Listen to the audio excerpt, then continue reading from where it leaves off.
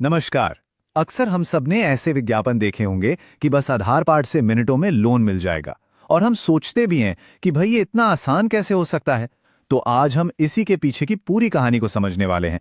क्योंकि देखिए, अप्लाई तो बहुत लोग करते हैं पर लोन कुछ ही लोगों का अप्रूव हो पाता है। चलिए इस पहेली को सुलझाते हैं और देखते हैं कि असली खेल है क्या। ये कहानी हम में से कई लोगों की है ना?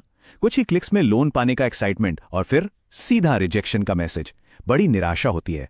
पर क्या ये हमारी गलती है या इस पूरे प्रोसेस में ही कोई पेच है? आज हम इसी की जड़ तक जाएंगे और देखेंगे कि ये सिस्टम असल में काम कैसे करता है। तो ठीक है, अब आते हैं असली मुद्दे पर। यह सिर्फ एक गाइड नहीं है। हम उन छोटी छोटी लेकिन बहुत ही जरूरी बातों को समझेंगे जो अक्सर एप्लीकेशन प्रोसेस में छुपी होती हैं। याद रखिए, यह सिर्फ एक फॉर्म भरने जैसा नहीं है, बल्कि स्मार्ट तरीके से यह बताने जैसा है कि आप लोन के लिए एक सही कैंडिडेट हैं।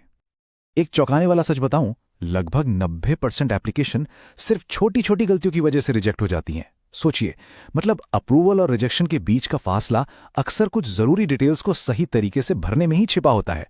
आइए जानते हैं कि वो क्या है। तो अब बात करते हैं प्रोसेस की। एप्लीकेशन का हर शुरुआती स्टेप एक बिल्डिंग ब्लॉक की तरह है। बिल्कुल, अगर नींव ही ठीक नहीं रखी तो मंजिल तक पहुंचना तो मुश्किल हो ही जाएगा। यहां की गई एक जरा सी चूक भी बाद में बड़ी प्रॉब्लम बन सकती है। यह है पहला और सबसे जरूरी पड़ाव, पर्सनल डिटेल्स का फॉर्म। यहां आपको अपना पैन नंबर, नाम, जन्म की तारीख और आप काम क्या करते हैं ये सब बताना होता है। सुनने में तो बहुत बेसिक लगता है, लेकिन ज्यादातर लोग यहीं पर कोई ना कोई गड़बड़ कर देते हैं। एक एक डिटेल को 2 बार चेक करना बहुत जरूरी है। और अब आता है सबसे जरूरी हिस्सा, काम का प्रकार चुनना। देखिए, अगर कोई किसी कंपनी में नौकरी करता है तो उसके लिए सैलरीड यानी वेतनभोगी चुनना सीधा सा जवाब है। लेकिन अगर किसी का अपना कोई बिजनेस है, कोई दुकान है या फिर वो ड्राइवर जैसा कोई काम करते हैं तो उनके लिए सेल्फ एम्प्लॉयड यानी स्वनियोजित सही ऑप्शन हो सकता है। ये एक छोटा सा फर्क है पर बहुत बड़ा असर डालता है।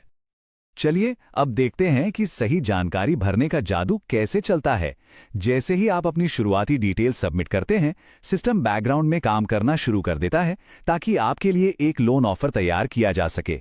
यही वो पल है जहां आपकी मेहनत रंग ला सकती है। अब एक बहुत ही सिंपल सा लेकिन जरूरी स्टेप आता है। सिस्टम आपके पैन कार्ड से आपका नाम और जन्मतिथि स्क्रीन पर दिखाएगा। आपको बस हाँ ये मैं ही हूं पर क्लिक करके कंफर्म करना है। ये एक छोटा सा सिक्योरिटी चेक है ताकि कोई और आपके नाम का गलत इस्तेमाल ना कर पाए। और ये देखिए, सही जानकारी भरने का नतीजा, सिस्टम ने तुरंत 4,75,000 रुपए तक का लोन ऑफर दे दिया है। ये इस बात का सबूत है कि शुरुआती स्टेप्स कितने ज्यादा जरूरी थे। है ना कमाल? यहां से एप्लीकेशन का सफर और भी दिलचस्प हो जाता है। अब असली कंट्रोल आपके हाथ में है। मतलब आप अपनी जरूरत के हिसाब से 500 रुपए से लेकर पूरे 4,75,000 रुपए तक कोई भी अमाउंट चुन सकते हैं। साथ ही लोन चुकाने के लिए 3 से 36 महीने तक का समय भी चुन सकते हैं, जिससे आपकी मंथली ईएमआई तय होगी। हाँ, यहां ब्याज दर लगभग 22% है, जो पर्सनल लोन के लिए एक आम बात है। तो अब हम पहुंच रहे हैं आखिरी लेकिन सबसे जरूरी वेरिफिकेशन स्टेप्स की तरफ। इसमें आपका आधार, केवाईसी और बैंक अकाउंट की डिटेल्स देनी होती हैं। इससे यह पक्का हो जाता है कि पैसा सही इंसान को सही जगह पर मिल रहा है और ईएमआई भी आसानी से कट सकेगी। अच्छा, तो फाइनल ऑफर से ठीक पहले सिस्टम आपकी प्रोफाइल पूरी करने के लिए कुछ आखिरी चीजें चेक करता है, जैसे आपके बैंक अकाउंट का वेरिफिकेशन, कुछ और पर्सनल जानकारी, आपके आधार से केवाईसी और आप जिस पते पर रहते हैं उसकी पुष्टि। यह सब कुछ ही मिनटों में हो जाता है। यहां एक बहुत जरूरी बात याद रखने वाली है। आप जो बैंक अकाउंट दे रहे हैं वो 2 काम करेगा। पहला, लोन का पैसा इसी खाते में आएगा और दूसरा, आपकी हर महीने की ईएमआई भी इसी खाते से अपने आप कट जाएगी। इसके लिए एक ऑटोमेटिक पेमेंट सेटअप करना होता है। तो ये ऑटोमेटिक पेमेंट, जिसे ई मैंडेट भी कहते हैं, इसे सेट करने के 2 आसान तरीके हैं। या तो आप अपनी नेट बैंकिंग की डिटेल्स यूज कर सकते हैं या फिर अपने एटीएम या डेबिट कार्ड की डिटेल्स। इसलिए अप्लाई करते वक्त इन दोनों में से कोई एक चीज अपने पास जरूर रखिएगा। अब हम बिल्कुल आखिरी स्टेज पर हैं। यहां हम ये समझेंगे कि आपके बैंक अकाउंट में असल में कितना पैसा आएगा।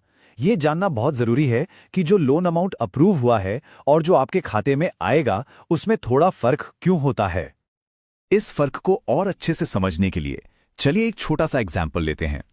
मान लीजिए आपका 50,000 रुपए का लोन अप्रूव हो गया, तो क्या आपके अकाउंट में पूरे 50,000 रुपए आएंगे? चलिए देखते हैं। ये टेबल देखिए, सब कुछ शीशे की तरह साफ कर देती है। 50,000 रुपए के मेन अमाउंट में से प्रोसेसिंग फीस, जीएसटी और स्टैंप ड्यूटी जैसी कुछ फीस कट जाती हैं। ये सब लोन की प्रक्रिया को पूरा करने के चार्जेस होते हैं। तो इस केस में अकाउंट में जो फाइनल अमाउंट आएगा वो होगा 47,435 रुपए। और आखिर में कुछ बहुत जरूरी बातें जो आपको हमेशा याद रखनी चाहिए। अपनी ईएमआई की तारीख पर अकाउंट में जरूरी पैसा जरूर रखें, क्योंकि पेमेंट अपने आप हो जाएगा। और एक बार जब आप कंटिन्यू पर क्लिक करते हैं तो इसका मतलब है कि आप इन सभी फीस और शर्तों से सहमत हैं। तो ये पूरा प्रोसेस हमें एक बड़े सवाल पे लाके खड़ा कर देता है। क्या मिनटों में मिलने वाले इस डिजिटल लोन की सुविधा इन सभी फीस और चार्जेस को चुकाने के लायक है? इसका जवाब हर किसी के लिए अलग हो सकता है। ये पूरी तरह से आपकी जरूरत और आपकी फाइनेंशियल सिचुएशन पर निर्भर करता है। सोचने के लिए एक अच्छा पॉइंट है ना?